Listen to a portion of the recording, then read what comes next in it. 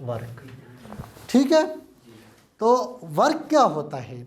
असल में वर्क होता है when a force is applied on an object and it displace and it cause some displacement on an object and it displaces along the force। समझ आई? जब force apply हो और force के along displacement हो, इसको क्या कहते हैं? वर्क कहते हैं। मैं अपने हाथ में एक बैग उठा के चल रहा हूँ, उस बैग पे ग्रेविटेशनल फोर्स डाउनवर्ड लग रही है और मैं सीधा चल रहा हूँ, तो क्या बैग उठा के चलना वर्क डन है ग्रेविटेशनल फोर्स के अगेंस्ट? क्यों? क्योंकि सर उसकी डायरेक्शन में बैग चली जा रहा है। फोर्स जो है वो डायरेक्शन के अलोंग डिस्प्लेसमेंट के अलोंग नहीं है, बल्कि उसके क्या है? परपेंडिकुलर है, अपोजिट भी नहीं है। फोर्स यूँ लग रही है और डिस्प्लेसमेंट उस पर 90 के एंगल पे बन रहा है। अपोजिट में वर्क डन हो सकता है। फॉर एग्जांपल, एक आदमी है जो एक कुएं से पानी निकाल रहा है बकेट से, तो वो जब उसको ऊपर खींच रहा होता है तो ग्रेविटेशनल फोर्स की रिस्पेक्ट से देखें तो ग्रेविटी डाउनवर्ड एक्ट कर रही होती है, वो बकेट किधर जा रहा होता है, तो अपोजिट में वर्क डन हो सकता है और हम देखेंगे कि वो नेगेटिव वर्क होगा। ठीक है, तो when a force is applied on an object and it is displaced along the direction of force, the work is said to be done. ठीक है, यह है वर्क की सही डेफिनेशन। अब इसको थोड़ा सा और हम जो है अपने लिए एक्सप्लेन करते हैं। कंसिडर करें, यह एक ऑब्जेक्ट है जिसका मास m है और यह ग्राउंड पे पड़ा हुआ है। यहाँ पर कोई स्टूडेंट आपका, ये कोई स्टूडेंट है आपका, क्लास फेलो है। ठीक है, तो यह क्या करता है, इसने यहाँ से एक रस्सी के साथ इसको बांधा हुआ है और खींच रहा है। ठीक है, तो यह फोर्स लग रही है F और यह डिस्प्लेसमेंट कवर हो रहा है, इसको D कह देते हैं। क्या कहते हैं? तो फोर्स और डिस्प्लेसमेंट के दरमियान एक एंगल है थीटा। तो देखें, दो तरह की फोर्सेस लग रही हैं। आपने resolution of a vector into its rectangular component पढ़ा है ना? तो उसमें आपने देखा होगा कि ये जो फोर्स का वेक्टर है F, इसको आप रिजॉल्व कर सकते हैं Fx Fy में। अब आप मुझे बताएं, यहाँ पर इसको अगर मैं रिजॉल्व करूँ तो यह बन जाता है Fx और यह बन जाता है, इस केस में Fy के लॉन्ग मोशन हो रही है? नहीं हो रही है। किधर हो रही है? तो वर्क क्या होगा? वर्क हमारे पास इक्वल होगा Fx मल्टीप्लाई बाय D। ठीक है, Fx मल्टीप्लाई बाय फोर्स के x कंपोनेंट के लॉन्ग और D के लॉन्ग। यह यहाँ पर एंगल बना रहा है थीटा। तो राइट एंगल ट्रायंगल में यह बेस बन गई, यह परपेंडिकुलर बन गया और यह, तो हम कहेंगे कि F हमारे पास इक्वल है, सॉरी, कोसाइन थीटा हमारे पास इक्वल है बेस डिवाइडेड बाय हाइपोटेन्यूज। ठीक है, और इससे हमें Fx की वैल्यू मिल जाएगी। मिलेगी या नहीं?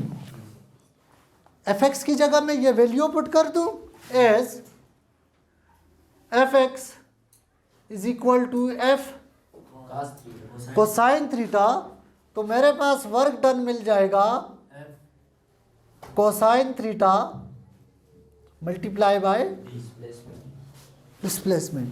तो ये हमें मिल जाएगा F D क्या मैं इसको यू लिख सकता हूं, work done F vector dot, ये हमें क्या देंगे,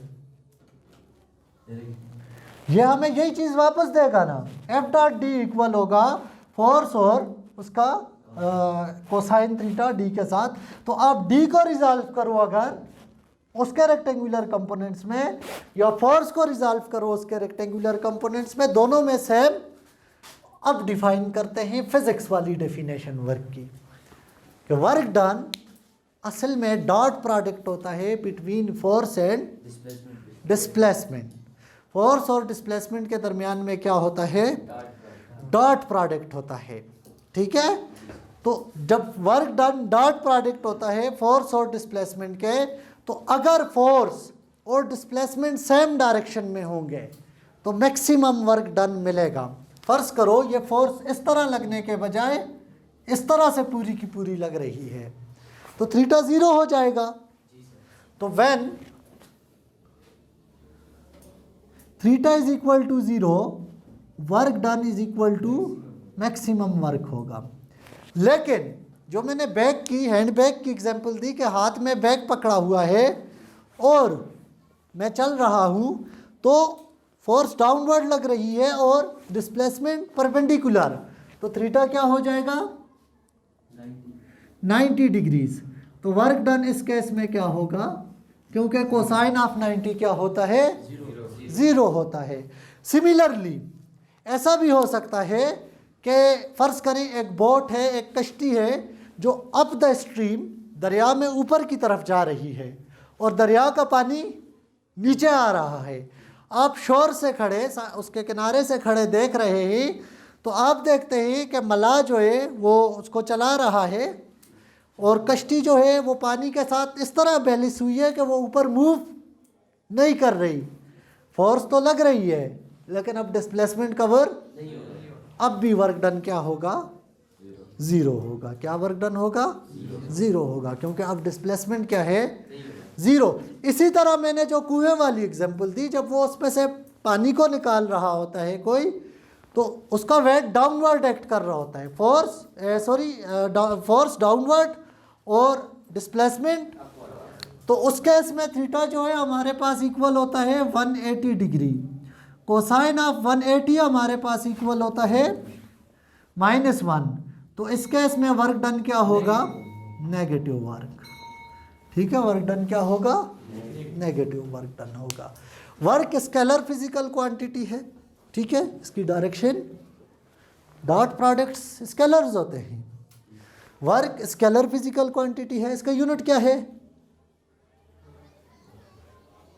वर्क का यूनिट न्यूटन इंटू मीटर। इसका कुछ नाम है ना।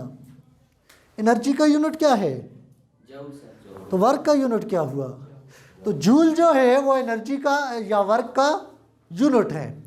1 जूल वर्क क्या होता है, 1 जूल जी on an object, an object is displaced by 1 metre, तो हम क्या कहेंगे कि वर्क डन क्या हुआ है, 1 जूल हुआ है। 1 न्यूटन फोर्स किसी ऑब्जेक्ट पे लगे और वो 1 मीटर डिस्प्लेस हो, तो हम कहेंगे कि ये जो वर्क डन हुआ है कितना हुआ है, 1 जूल हुआ है। ठीक है, तो यह हमारे पास है वर्क। समझ आई। अब ज़रा उस दरवाजे वाली एग्जांपल की तरफ जाते हैं। ये यहाँ से फिक्स है। ठीक है, तो जब ये फिक्स है, ये इस तरह का कोई केस है कि यहाँ से ये फिक्स है इस जगह से, और यहाँ से इस पर एक फोर्स लग रही है। फर्ज करें वो फोर्स को मैं यहाँ से रिप्रेजेंट करता हूँ। तो फोर्स के 2 कंपोनेंट हैं, एक Fy है और एक F। तो जो 2 कंपोनेंट हैं फोर्स के वो यहाँ लग रहे हैं, और ये इसका दरवाजे का मोमेंट आर्म है, हिंजेस से लेकर बाहर तक डिस्टेंस है r। ठीक है, या d। तो अब क्या हो रहा है, Fx के अलांग अगर जो Fx कंपोनेंट है तो उसके वजह से तो दरवाजे को बाहर जाना चाहिए, जा रहा है, नहीं जा रहा। Fy की वजह से वो क्या हो रहा है, इधर आ रहा है। और इसको जितना खींचोगे, फर्ज करो ये दीवार ना हो, ये यूं चलता हुआ और दूसरी तरफ से यूं रोटेट करता रहेगा। किसकी वजह से?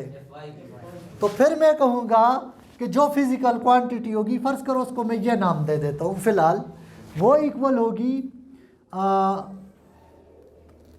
Radius multiply by F Y, या वो मोमेंट आर्म ना, तो वो इक्वल हो जाएगी आर एफ साइन थीटा।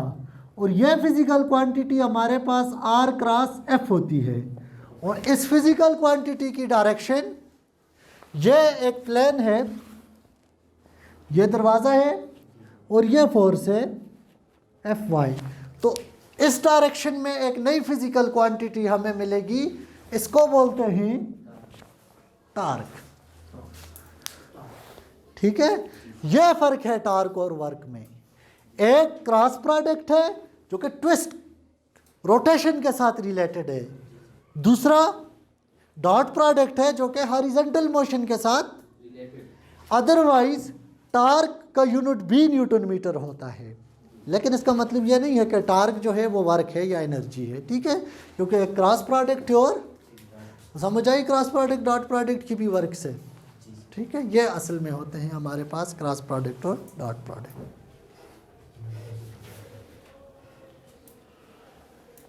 ऐसी सिचुएशन जिसमें फोर्स चेंज नहीं हो रही, फॉर एग्जांपल मैं इस मार्कर को यहाँ से नीचे गिरा दूँ तो ये ग्रेविटेशनल फोर्स के इन्फ्लुएंस में नीचे गिर जाएगा। और ये डिस्टेंस इतना कम है, अगर हम एयर रेजिस्टेंस को इग्नोर करें तो ग्रेविटेशनल फोर्स ऑलमोस्ट कांस्टेंट रहेगी इस पर। तो ऐसे केस में हम जब वर्क डन करते हैं तो वो हमें आसानी से मिल सकता है। किस तरह से? आपके पास दो टाइप्स के वेरिएबल्स हैं, एक होते हैं डिपेंडेंट वेरिएबल और एक होते हैं इंडिपेंडेंट वेरिएबल्स। मैथमेटिक्स वाले एक को बोलते हैं डोमेन और एक को बोलते हैं रेंज। ठीक है, तो ये जो डोमेन होती है ये इंडिपेंडेंट वेरिएबल होता है जिसको हम एक्स एक्सेस पर प्लाट करते हैं, और रेंज असल में वाई एक्सेस पे जो चीज़ होती है वो इसका फंक्शन होती है एक्स एक्सेस का। तो एक्स एक्सेस पे मैं डिस्प्लेसमेंट को प्लाट करता हूँ, डिस्टेंस को। ठीक है, और वाई एक्सेस पे मैं किसको प्लाट करता हूँ? फोर्स को। तो फोर्स कांस्टेंट है, फर्ज करो फोर्स की कोई वैल्यू है और डिस्टेंस की कोई वैल्यू है, तो फोर्स मल्टीप्लाई बाय डिस्टेंस, ये जो पूरा एरिया है इस प्लाट का, इस ग्राफ का जो एरिया है, एरिया अंडर द कर्व है, देखो इसको इसके साथ मल्टीप्लाई करो तो ये एक स्क्वायर या रेक्टेंगल बन रहा है। तो रेक्टेंगल का एरिया क्या होता है? Length multiply by. तो ये जो एरिया अंडर द कर्व है ये आपको क्या देगा?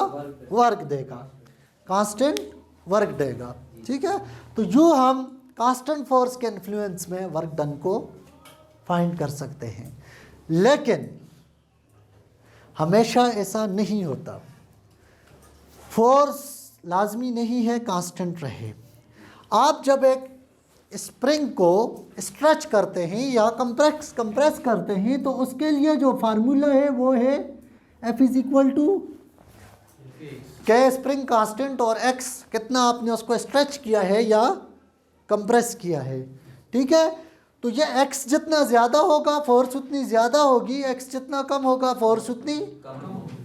तो यहाँ इस केस में जो फोर्स है वो हर डिस्प्लेसमेंट चेंज होने के साथ साथ चेंज होती है। सिमिलरली आप जब स्पेस के अंदर किसी रॉकेट को भेजा जाता है तो ग्रेविटेशनल फोर्स जो है वो हमारे पास इक्वल होती है G mass of earth, mass of rocket divided by R square, और आर जो है रेडियस ऑफ अर्थ प्लस वो डिस्टेंस जो उसने उधर से लिया, ये वाला टोटल। तो जैसे जैसे वो ऊपर की तरफ जाता है ये आर इंक्रीज करता जाता है। तो जब आर इंक्रीज करेगा तो ये टोटल प्रोडक्ट डिक्रीज करेगा, क्योंकि इन्वर्सली और उसके स्क्वायर के लिहाज से। तो जैसे जैसे वो ऊपर की तरफ जाता है ग्रेविटेशनल फोर्स कम होती है। ऐसी फोर्सेस को बोलते हैं वेरिएबल फोर्सेस। क्या बोलते हैं? तो जब वेरिएबल फोर्स इन्वॉल्व होगी तो फिर आप डायरेक्टली इस तरह के ग्राफ से वर्क डन को नहीं फाइंड कर सकते। तो एक ऑब्जेक्ट है जो इसको बल्कि लिख देते हैं,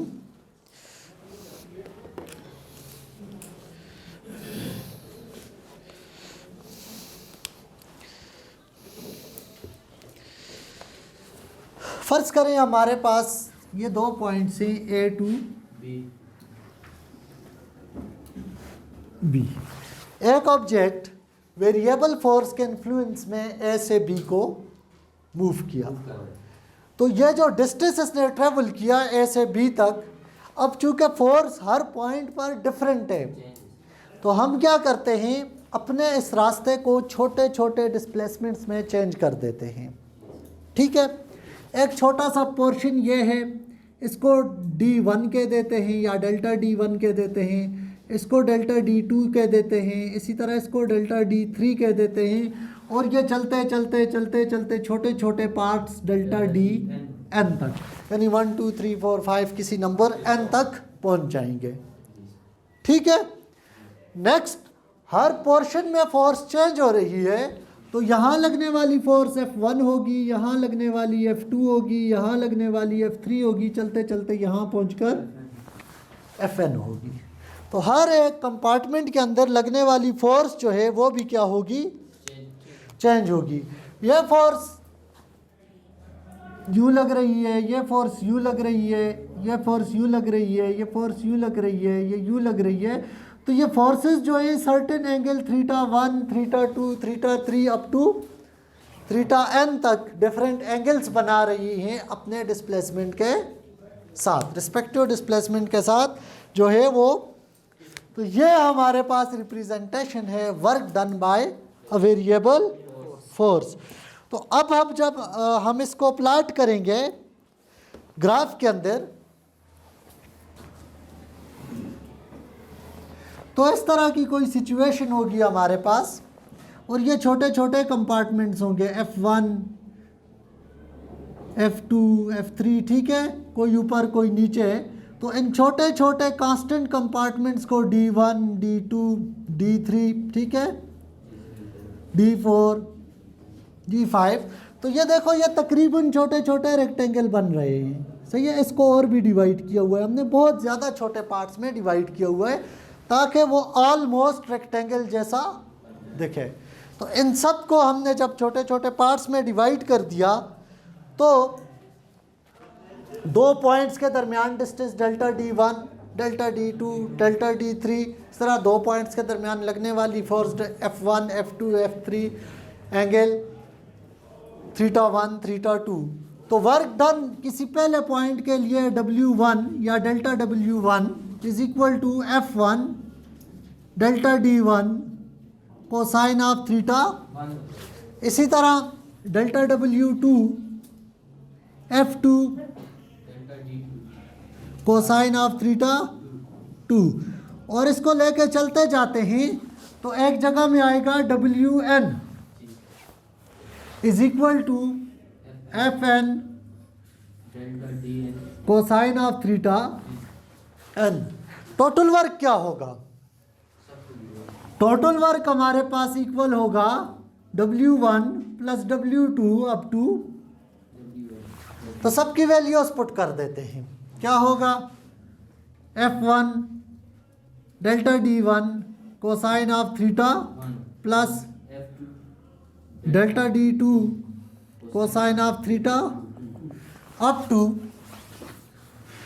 delta DN cosine of θn।